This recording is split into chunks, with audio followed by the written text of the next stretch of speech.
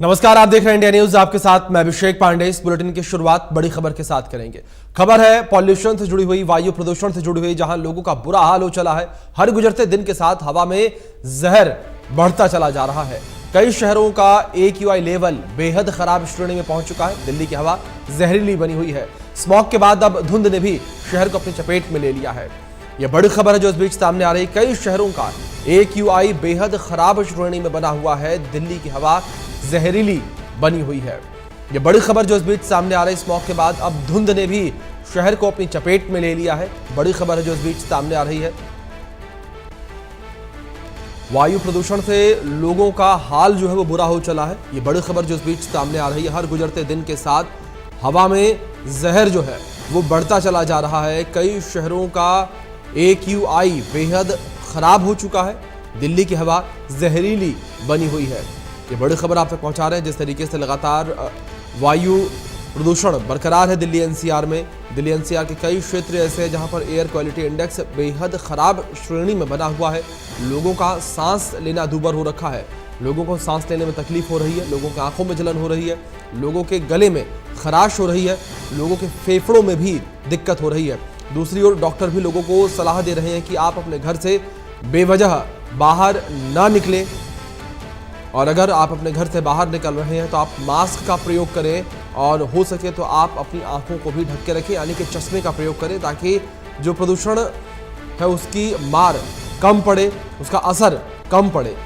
तो कई शहरों में एयर क्वालिटी इंडेक्स जो है बेहद खराब श्रेणी में बना हुआ है। दिल्ली NCR में स्मॉग की जो एक मोटी चादर है वो छाई हुई है। 5 तस्वीरें इस बीच आपके स्क्रीन पर है, और ये 5 तस्वीरें 5 अलग अलग जगह की, जिसमें 2 शहर और 4 अलग अलग जगह। इंडिया गेट दिल्ली से, लाल किला दिल्ली से, तो वहीं मुंबई की तस्वीर भी आपके स्क्रीन पर है। देख सकते हैं मुंबई में किस तरीके से स्मॉग की चादर छाई हुई नजर आ रही है और किस तरीके से धुंध देखने को मिल रही है।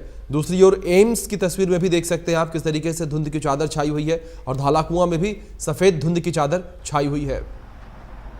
तो ये दोनों तस्वीरें आप देख सकते हैं दिल्ली और मुंबई की कंपेयर करने के लिए, जहां मुंबई में भी मौसम जो है बेहद ख़राब बना हुआ है, यानी कि एयर क्वालिटी इंडेक्स वहां पर भी ख़राब है।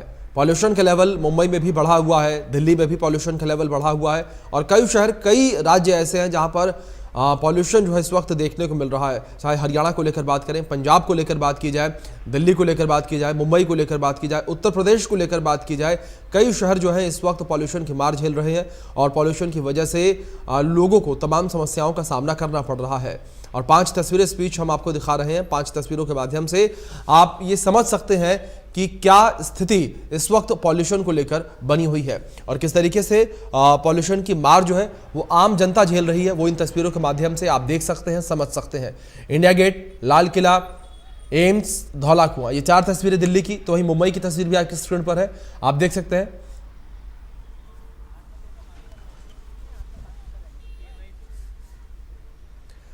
इस बीच गुरुग्राम का हाल जानेंगे, यानी कि गुरुग्राम में पॉल्यूशन को लेकर क्या कुछ स्थिति बनी हुई है। गुरुग्राम से हमारे सहयोगी गोहित जुड़ गए हैं, सीधे उनका रुख करते हैं। गोहित, ताजा स्थिति इस वक्त क्या कुछ बनी हुई है गुरुग्राम में, किस तरीके से पॉल्यूशन का लेवल?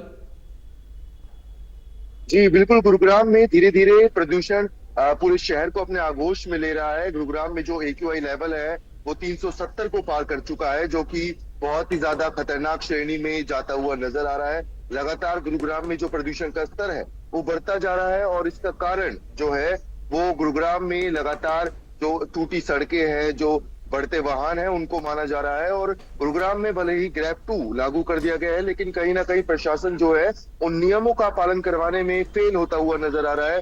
गुरुग्राम में AQI लेवल जो है वो लगातार बढ़ता जा रहा है। PM 2.5 की बात करें तो PM 2.5 250 का आंकड़ा कई इलाकों में पार कर चुका है। PM 10 की बात करें तो वो कई इलाकों में 400 का आंकड़ा पार कर चुका है, जो साफ दर्शाता है कि धीरे धीरे धीरे जो प्रदूषण है वो बहुत ही ज्यादा खतरनाक होता जा रहा है। लोगों के स्वास्थ्य पे लगातार असर पड़ रहा है। लोगों को सांस लेने में दिक्कत हो रही है। बात करें गुरुग्राम की सिविल हॉस्पिटल की तो लगातार जो पेशेंट्स हैं वो बढ़ते चले जा रहे हैं। रोजाना 70 से 80 पेशेंट्स दर्ज किए जा रहे हैं, जिनको आंखों में जलन हो रही है, सांस लेने में दिक्कत हो रही है। तो इससे आप अंदाजा लगा सकते हैं कि इस वक्त गुरुग्राम की जो प्रदूषण से स्थिति है वो कितनी बेहद खतरनाक श्रेणी में पहुंच चुकी है। जी। गोहित, जिस तरीके से पॉल्यूशन को लेकर जिक्र किया आपने कि पॉल्यूशन के लेवल जो है काफ़ी ज़्यादा ख़राब स्थिति में पहुंच चुका है, लोगों को तमाम समस्या हो रही हैं। ऐसे में जो क्षेत्र की जनता है यानी कि गुरुग्राम की जनता है, उन्हें किस तरीके की समस्याओं का सामना करना पड़ रहा है? कौन सी वो समस्याएं हैं जो पॉल्यूशन की वजह से आम हो चली हैं इन दिनों? जी बिल्कुल, अगर बात करें गुरुग्राम के लोगों को जो समस्याओं का सामना करना पड़ रहा है, तो जी जो ये प्रदूषण है वो सीधा हमारे फेफड़ों पर असर डालता है। और बिल्कुल। अब जो लोग हैं वो परेशान होते हुए नजर आ रहे हैं, क्योंकि जो लोग अस्थमा के पेशेंट हैं, जो हाई बीपी के पेशेंट हैं, उनको ये सीधा तौर से उनके ऊपर सीधे तौर से असर कर रहा है प्रदूषण।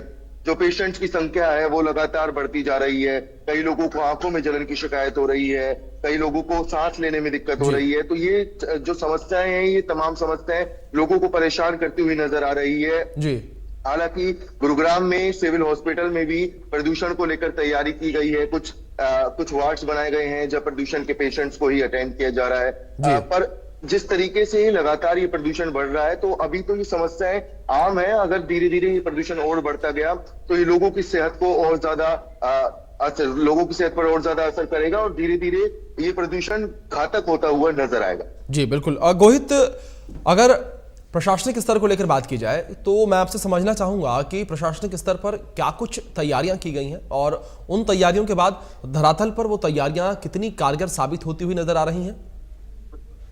जी, अगर गुरुग्राम प्रशासन की तरफ से तैयारियों की बात की जाए तो इस वक्त गुरुग्राम में ग्रैब 2 लागू किया गया है। अब जी जब ग्रैब 2 के नियमों की बात करते हैं तो उसमें जो व्हीकल्स हैं उन पे, कई व्हीकल्स पे प्रतिबंध लगा दिया जाता है। ज्यादा से ज्यादा लोगों से अपील की जाती है कि वो कारपूल करें या फिर कम से कम व्हीकल्स का इस्तेमाल करें। डीजल से चलने वाले जनरेटर्स पर रोक लगा दी जाती है। जो कई जगह कूड़ा जल रहा होता है उसके ऊपर रोकथाम की जाती है। टूटी जी सड़कों पर रोज पानी का छिड़काव किया जाता है। एंटी स्मोक गन्स चलाई जाती हैं। पर कहीं ना कहीं अभी गुरुग्राम में जो प्रशासन है वो इतना एक्टिव नजर नहीं आ रहा है, क्योंकि जी गुरुग्राम एक बढ़ता हुआ, डेवलप होता हुआ शहर है। तो यहाँ टूटी सड़कें और जो बढ़ते वाहन हैं उनकी संख्या लगातार बढ़ती जा रही है। टूटी सड़कों की बात करें तो गुरुग्राम में अब भी कई ऐसी जगह हैं जहां पर सड़कें टूटी हुई हैं, और उसके ऊपर जो पानी का छिड़काव है, या तो उन सड़कों को बनवाया जाए या उनके ऊपर पानी का छिड़काव किया जाए। तो कहीं ना कहीं प्रशासन इन चीजों में फेल होता हुआ नजर आ रहा है। और बात करें अगर लोगों की, तो अब भी लोग कहीं ना कहीं खुले में कूड़ा जला रहे हैं। कुछ ऐसी चीजें हैं जो लोगों को भी जी एहतियात बरतने चाहिए, पर लोग भी कहीं ना कहीं इन चीजों से मुंह मोड़ते हुए नजर आ रहे हैं, उन चीजों पर ध्यान नहीं दे रहे हैं। अगर इसी तरीके से प्रशासन और लोगों ने इस प्रदूषण को नजरअंदाज किया तो कई सालों से, बात करें अगर 2015 से 2024 की, 8 सालों में इस बार दिवाली के बाद गुड़गांव में सबसे कम प्रदूषण रिकॉर्ड किया गया था। लेकिन जैसे जैसे दिन बीते और हवा की जो रफ्तार है वो थमी, तो प्रदूषण का स्तर वो और गहराता गया। तो अगर लोगों की बात करें या प्रशासन की बात करें, अगर इस चीज को बहुत ही ज्यादा गंभीरता से नहीं लिया गया तो आने वाले सालों में ये प्रदूषण हमारी सेहत पर बहुत ज्यादा असर कर सकता है। और वो दिन दूर नहीं है जब गुरुग्राम में ग्रैब 3 और ग्रैब 4 भी लागू कर दिया जाएगा। जी बिल्कुल। गोहित, जिस तरीके से आपने जिक्र किया कि गुरुग्राम जो है लगभग उस चरण पर पहुंच चुका है कि ग्रेड 3 और ग्रेड 4 वहां पर लागू किया जाए बढ़ते पॉल्यूशन की वजह से। लेकिन गोहित, मैं आपसे ये समझना चाहूंगा इस बीच कि जिस तरीके से गुरुग्राम एक औद्योगिक क्षेत्र माना जाता है और काफ़ी औद्योगिक इकाइयां वहां पर मौजूद हैं, ऐसे में ट्रक की आवाजाही, बड़ी गाड़ियों की आवाजाही काफ़ी ज़्यादा देखने को मिलती है। तो ऐसे में उन औद्योगिक इकाइयों को क्या कुछ दिशा निर्देश इस वक्त जारी किए गए हैं प्रशासनिक अमले की ओर से, और किस तरीके से उनकी मॉनिटरिंग की जा रही है? क्योंकि एक बड़ा हिस्सा जो पॉल्यूशन का है वो इन औद्योगिक इकाइयों से ही निकलकर सामने आता है। गोहित जी बिल्कुल, अगर बात करें औद्योगिक क्षेत्र की, तो उसके अंदर अभी प्रशासन द्वारा कोई ज्यादा रोकथाम लगाई नहीं गई है, जिसकी वजह से जो प्रदूषण है वो भी लगातार बढ़ता जा रहा है। अगर जिला प्रशासन ने जो रोकथाम लगाई है वो अभी कई छोटी चीजों पे लगाई हैं। अगर औद्योगिक क्षेत्र की बात करें तो जब उन पे रोकथाम लगाई जाएगी तो ग्रैब 3 और ग्रैब 4 लागू किया जाएगा गुड़गांव में, जिसके बाद उन पर रोकथाम लगाई जाएगी।